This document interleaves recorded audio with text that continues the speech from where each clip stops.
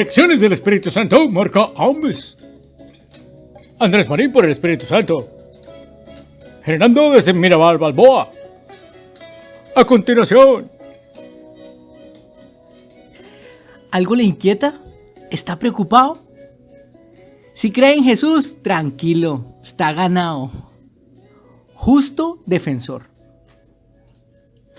Y el Señor nos comparte un pan, sendo pan, dice mi hija, a lo bien.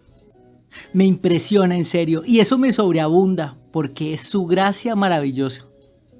Hoy nos sorprende nuevamente desde Primera de Juan capítulo 2, versículo 1.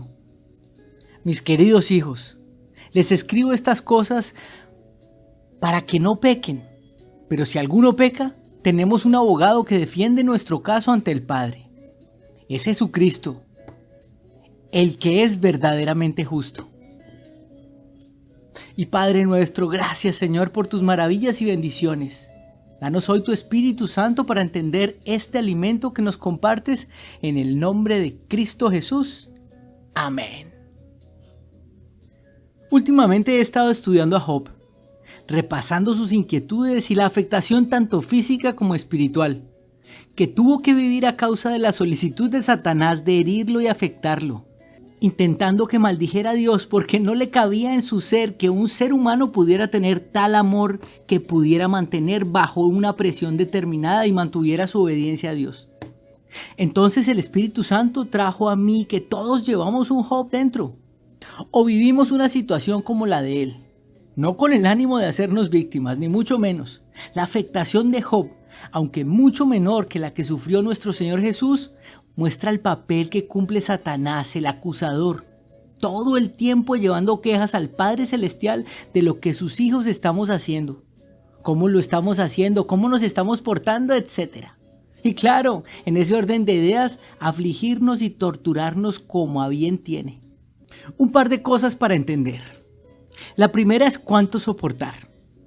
Y en este punto Dios nos dice que no se nos dará una carga más alta de la que podamos soportar. No seremos tentados más allá de lo que podamos resistir, dice en 1 Corintios 10:13.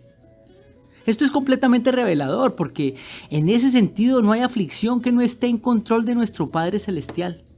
¿Ha vivido alguna situación difícil? ¿Siente que ha sido afectado de alguna manera? Aquí hay dos alternativas: llevar la carga solo o depositarla en el Señor.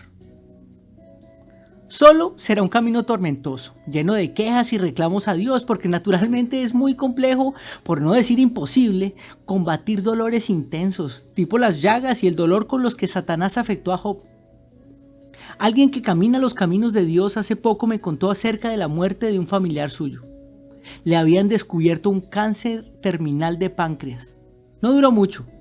Le pregunté si había conocido al Señor antes de irse y me dijo que no, que además había muerto renegando del Señor y que no había decidido creer. Ya he conocido casos de esos tipos de diagnósticos terminales que se dan en el mundo, en donde el médico se atreve a dar un periodo de tiempo, 3 o 6 meses de vida, porque el cáncer está muy avanzado. Resulta que el paciente conoce a Jesús y es tan fuerte la batalla espiritual que 15 o 20 años después el paciente sigue vivito y coleando. Pero le estoy hablando de testimonios reales, con exámenes y evidencia real. Podría parecer fantasía, diría alguien que no conoce al Señor. Sin embargo, en su palabra casos hay y bastantes. Mejor anillo al dedo este que el Espíritu Santo pone en Segunda de Reyes capítulo 20, cuando después de enterarse por el profeta Isaías que pronto moriría, el Señor responde casi inmediatamente a la oración del rey Ezequías, quien le pide que se acuerde de su fidelidad y que siempre hizo según su agrado. El rey moriría en 3 días, sin embargo le fueron dados 15 años más por el Señor. Y de las dos cosas que mencioné al principio, la segunda y la más importante es que abogado tenemos en el cielo intercediendo como nos lo promete en su palabra, en 1 de Juan capítulo 2, versículo 1. Pero a él solo podemos acceder si es que decidimos en él creer. O dígame, ¿cómo va a poder interceder un abogado por alguien si éste primero no lo conoce y segundo, obvio, no le puede creer? Y creer significa conocer su vida y sus obras, como dice el Señor en Juan 14, versículo 11.